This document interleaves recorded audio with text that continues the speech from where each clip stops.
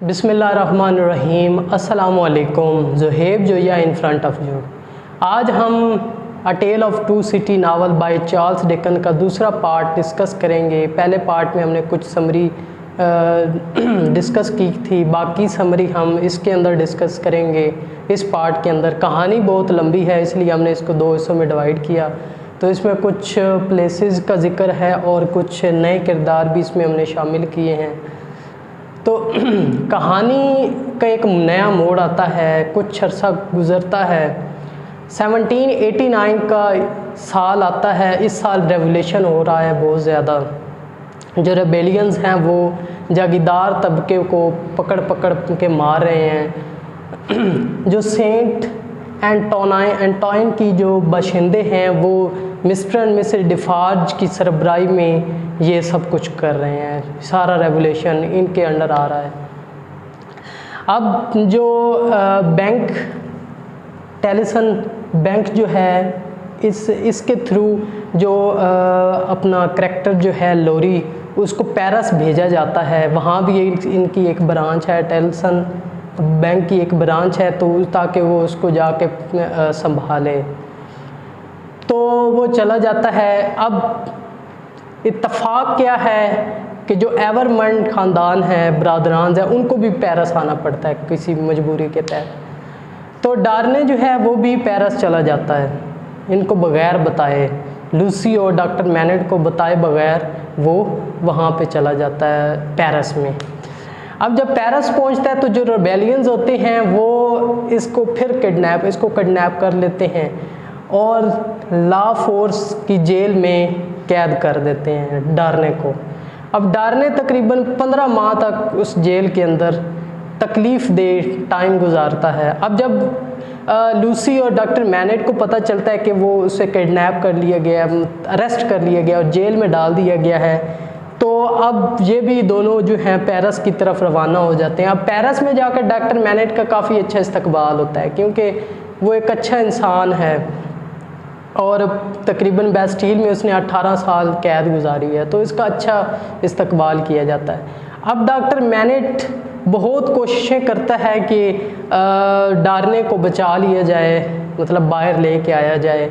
तो उसकी अनथक काफ़ी मेहनत के बाद, कोशिशों के बाद डार्ने 15 माह के बाद जेल से रिहा होता है। लेकिन किस्मत क्या है, किस्मत ऐसी है कि इसको दोबारा मिस्टर एंड मिसेस डिफार्ज जो हैं वो इसको पकड़वा देते हैं दोबारा। अब इसको दोबारा अदालत के सामने पेश होना पड़ता है। और अब जो रेबेलियंस हैं और वो क्योंकि जागीरदार तबका जो है उसके ख़िलाफ़ हैं, बगावत कर रहे हैं, तो डार्ने जो है ये भी जाहिर सी बात है उनके जागीरदार तबके से ताल्लुक़ रखता है, तो सब की जो हमदर्दियाँ हैं वो इसके अगेंस्ट हो जाती हैं। मतलब कोई हमदर्द इसका नहीं बचता। तो इसको अदालत सज़ाए मौत करार दे देती है कि अब इसको सज़ा मौत होगी। अब ये बात सुनकर लूसी, डॉक्टर मैनेट और इसका जो दोस्त था कार्टन, सिडनी कार्टन, बहुत परेशान होते हैं कि अब क्या किया जाए। तो अब सिडनी कार्टन का यहाँ पे रोल, अब वो एक रोल मैंने बताया था, ये दोनों हम शक्ल हैं। अब वो कहानी का ऐसा मोड़ आ गया जब जो इन दोनों का जो मुशाबत है वो अब आएगी आगे। तो सिडनी कार्टन क्या करता है, एक मंसूबा बनाता है, एक प्लान बनाता है, और एक करैक्टर हमारे पास है बारसेड। ये इस बंदे से मिलता है। अब ये बंदा कौन है? ये बंदा जो है ये एक जासूस है और इसके पास उस जेल की चाबियां हैं जहां पर इसको रखा गया है, डार्ने को इसके अंदर। अब इस जेल की उसके पास चाबियां मौजूद हैं। अब सिडनी कार्टन क्या करता है, सिडनी कार्टन वो इससे मुलाकात करता है और प्लान बनाता है कि जो डार्ने हैं उसकी जगह मैं जाऊंगा और इसको बाहर निकाल लिया जाएगा। अब सिडनी कार्टन ऐसा क्यों कर रहा है? सोचने वाली बात। सिडनी कार्टन इसलिए कर रहा है क्योंकि वो लूसी से मोहब्बत करता है बहुत ज़्यादा, इंतहा की, उसके लिए जान कुर्बान करने के लिए तैयार है, और एंड पे ये अपनी जान कुर्बान कर देता है अपनी मोहब्बत के लिए। तो सिडनी कार्टन प्लान बनाता है कि हम जाएंगे जेल में, क्योंकि अब इससे कांटेक्ट हो गया इसका, और ये जेल में जाएंगे और वहाँ से डारने को बाहर ले जाएंगे और वहाँ पर डारने की जगह सिडनी कार्टन खुद जेल में बंद हो जाएगा और इसे फांसी दी जाएगी। अच्छा, प्लान के मुताबिक ऐसा ही होता है। सिडनी कार्टन जो है ये जेल में इसको मुलाकात हो जाती है डारने से। डारने काफ़ी इसरार करता है कि डारने तुम चले जाओ, मैं अब तुम्हारी यहाँ पर तुम्हारी जगह रहूँगा। ठीक है, अब ये मुशाबत देखें, किसी को भी कुछ पता नहीं चला क्योंकि शक्ल से मुशाबत है दोनों की, दोनों एक शक्ल के दिखते हैं। अब लेकिन डारने क्या वो नहीं मानता, वो कहते नहीं यार ऐसा नहीं।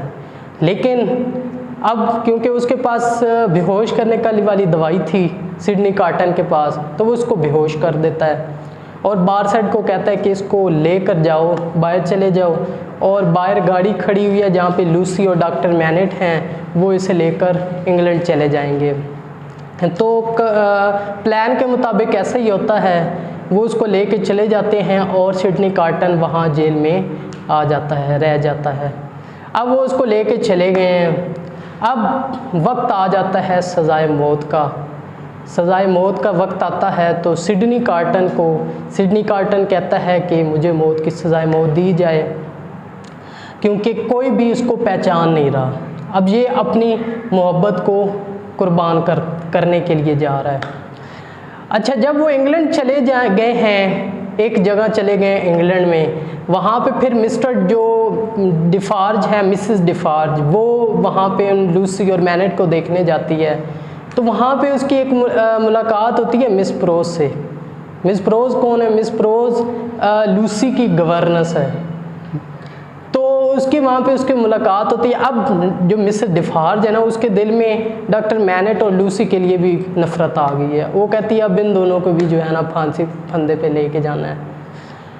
अब मुलाकात होती है मिस प्रोज से। मिस प्रोज से उसकी मुलाकात हुई तो दोनों का आपस में झगड़ा हो जाता है। इस झगड़े के दौरान जो मिस डिफार्ज है वो अपनी ही गोली से खुद मर जाती है। उसके पास पिस्टल होती है तो वो उसी गोली से खुद मर जाती है। अब मिस प्रोज जो है वो जेरी क्रंचर्स के साथ मिलकर वहाँ से शिफ्ट हो जाते हैं, चले जाते हैं, वहाँ से इंग्लैंड की तरफ रवाना हो जाते हैं एक सेफ जगह पे। अब वक्त वो दिन आ जाता है जब डारने को सज़ाए मौत दी जानी है, लेकिन डारने की जगह सिडनी कार्टन मौजूद है। तो सिडनी कार्टन क्योंकि वो यही चाहता है कि मैं अपनी मोहब्बत, क्योंकि उसको मोहब्बत हासिल तो हुई नहीं है, लेकिन वो कहता है कि मेरी जो ज़िंदगी है वो मेरी मोहब्बत के नाम है, उस पर जान कुर्बान करता हूँ। तो उसको फिर सज़ाए मौत दे दी जाती है सिडनी कार्टन को। इसी के साथ हमारे इस नावल का इख्तिताम होता है। आई होप को आपको ये नावल जो चार्ल्स डिकन्स का नावल, एक बहुत मज़े की कहानी है, अ टेल ऑफ टू सिटी, दो शहरों की कहानी पसंद आई होगी और आपको क्लियर हो गया होगा। नेक्स्ट वीडियो में तक इजाज़त दीजिए। अल्लाह हाफिज़। और हमारे चैनल को सब्सक्राइब करना ना भूलिएगा, लाइक और शेयर और कमेंट ज़रूर कीजिएगा। अल्लाह आपका हामी नासिर हो।